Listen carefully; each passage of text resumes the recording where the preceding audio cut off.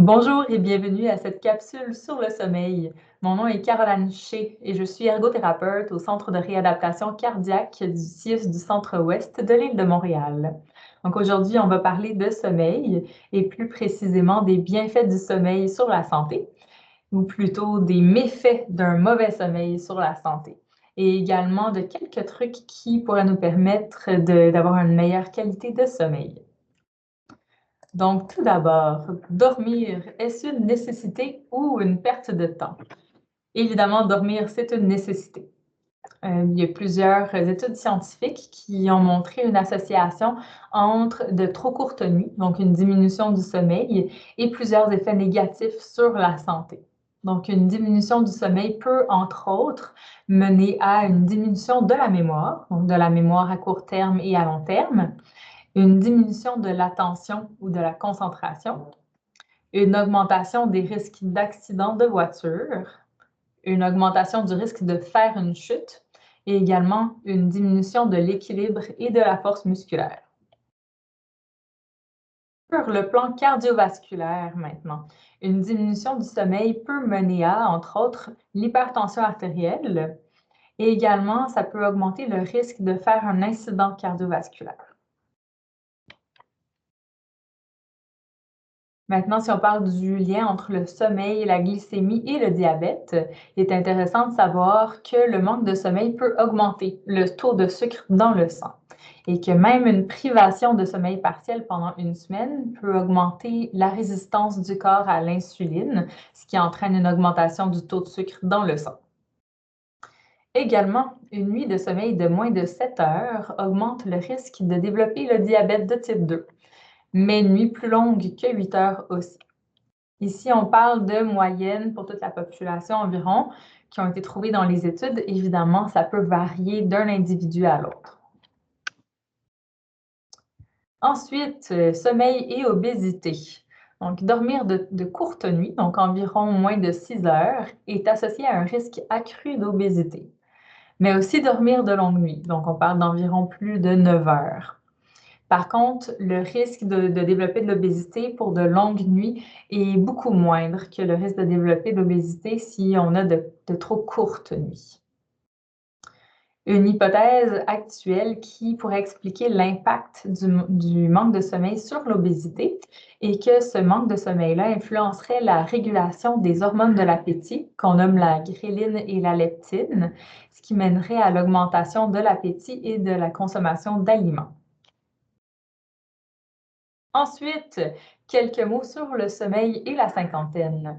Donc, autour de la cinquantaine, souvent, le sommeil se fragmente et plus de périodes d'éveil surviennent pendant la nuit. Mais également, chez beaucoup de gens, le temps de sommeil total raccourcit. Pour les femmes, la ménopause peut occasionner des difficultés de sommeil qui pourraient entre autres être liées à des bouffées de chaleur, tout simplement qui contribuent aux éveils.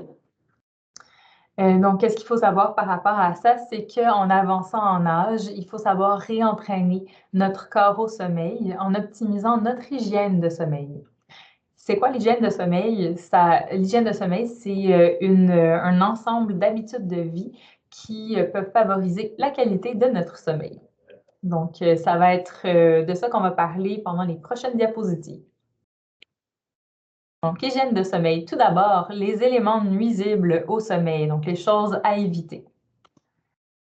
Le premier élément de notre liste d'éléments nuisibles est de résoudre des problèmes dans le lit, seul ou avec son ou sa partenaire. Donc, évidemment, quand on se met à résoudre nos problèmes dans le lit, ça peut nous éveiller plus, donc notre cerveau est très actif, ça peut mener à l'éveil de certaines émotions aussi, donc ça, c'est pas du tout favorable à l'endormissement. Et également, le fait de consommer du café, de la nicotine, des boissons énergisantes. Donc, ces substances-là, c'est des stimulants. Et même si on les prend en matinée, ces stimulants-là peuvent affecter le sommeil la nuit. Ensuite, l'alcool. Même si l'alcool rend somnolent et pour certaines personnes rend le fait de s'endormir plus facile, c'est important de savoir que l'alcool rend aussi le sommeil plus léger et moins récupérateur. Également, ça peut mener à des réveils plus fréquents la nuit pour aller à la toilette. Et ensuite, des repas copieux, donc des gros repas, ça rend la digestion plus longue et ça retarde la transition du corps vers le sommeil. Évidemment, si vous êtes le genre de personne à avoir faim la nuit, que ça vous empêche de vous endormir, n'hésitez pas à prendre une petite collation, ça peut aider à prévenir la faim pendant la nuit. Ensuite, les fameuses siestes. Donc, on dit que les siestes tard dans la journée peuvent nuire à l'endormissement. Donc, si vous siestez, il est recommandé de le faire avant 3 heures de l'après-midi environ. Que vous siestez ou que vous siestez pas, c'est important de se rappeler que de bonnes nuits de sommeil sont nécessaires pour faire disparaître la fatigue complètement. Ensuite, le temps éveillé dans le lit. Aller dans son lit quand nous ne sommes pas fatigués ou faire d'autres activités éveillées dans le lit, comme par exemple regarder son cellulaire, ça amène le cerveau à associer le temps qu'on passe dans le lit à l'éveil. Donc, ça va nuire à notre endormissement. Et également, l'exposition à la lumière, donc comme la lumière électronique qui vient des écrans de télévision, de cellulaire, d'ordinateur, ça supprime la production de l'hormone du sommeil. Donc, ça va également nuire à l'endormissement. Finalement, rester au lit le matin. Rester au lit le matin, ça retarde notre horloge biologique. Donc, le sommeil vient donc plus tard la nuit suivante. C'est également à éviter. On est maintenant rendu aux éléments qui vont favoriser le sommeil, donc à la bonne hygiène de sommeil. Tout d'abord, vider son esprit. Si vous êtes le genre de personne pour qui a beaucoup d'idées en tête au moment du coucher, qui a des pensées qui tournent, que ça vous empêche de vous endormir, ça peut être une bonne pratique de prendre quelques minutes avant de se coucher pour préparer le lendemain. Par exemple, écrire des choses à se rappeler et à faire le lendemain. Si jamais il y a une idée qui vous vient pendant que vous êtes au lit, vous pouvez tout simplement la prendre en note dans votre lit et retourner à votre routine de sommeil. Ensuite, la relaxation. Les activités relaxantes comme lire, la respiration profonde et prendre un bain peuvent aider le corps et l'esprit à se préparer au sommeil. Quand on parle de bain, il est recommandé de prendre son bain ou sa douche environ 90 minutes avant le coucher. Ça, c'est parce que le bain ou la douche augmente la température corporelle. Et donc, si on va au lit tout de suite après, ça peut vraiment nous garder éveillés. Par contre, si on attend environ 90 minutes, ça va permettre à notre température corporelle de baisser et donc de simuler la préparation du corps au sommeil. Également, vous pouvez vous familiariser avec une technique de relaxation de votre choix pour l'utiliser au coucher ou si vous vous éveillez pendant la nuit. Ensuite, l'activité physique. Donc, l'activité physique régulière, ça favorise le sommeil quand elle est réalisée au plus tard 2 à 3 heures avant le coucher. Évidemment, on ne veut pas que vous vous priviez d'activité physique. Il ne faut simplement pas le faire tard en soirée. Parce que l'activité physique intense stimule le corps et augmente la température corporelle. Donc, c'est à éviter en fin de soirée. La grande question, quand se coucher? Donc, on ne recommande pas de se coucher à des heures fixes, d'avoir vraiment une routine rigide de sommeil. C'est important d'aller se coucher quand on ressent le besoin de dormir et non parce qu'il est l'heure que vous croyez qu'il est temps d'aller vous coucher. Comment on fait ça? On s'entraîne tout simplement à reconnaître les signes du sommeil. Donc, quand on commence à avoir sommeil, la température de notre corps diminue. On peut commencer à avoir des frissons. Également, notre concentration diminue. Donc, si vous vous rendez compte que ça fait 10 fois que vous lisez la même ligne de texte dans votre livre, il est sûrement temps d'aller vous coucher. Et également, notre vision devient plus trouble. On voit flou. On se met à bâiller plus fréquemment et on peut tout simplement avoir envie de s'étendre. Qu'est-ce qu'on fait maintenant quand on n'est pas endormi après une quinzaine de minutes dans le lit? On sort du lit. Donc, on sort pour faire une activité répétitive et calme, rien de très physique. Par exemple, il y a certaines personnes qui vont pouvoir, qui ça va aider de faire des mots croisés, des sudoku, de la lecture avec une lumière tamisée.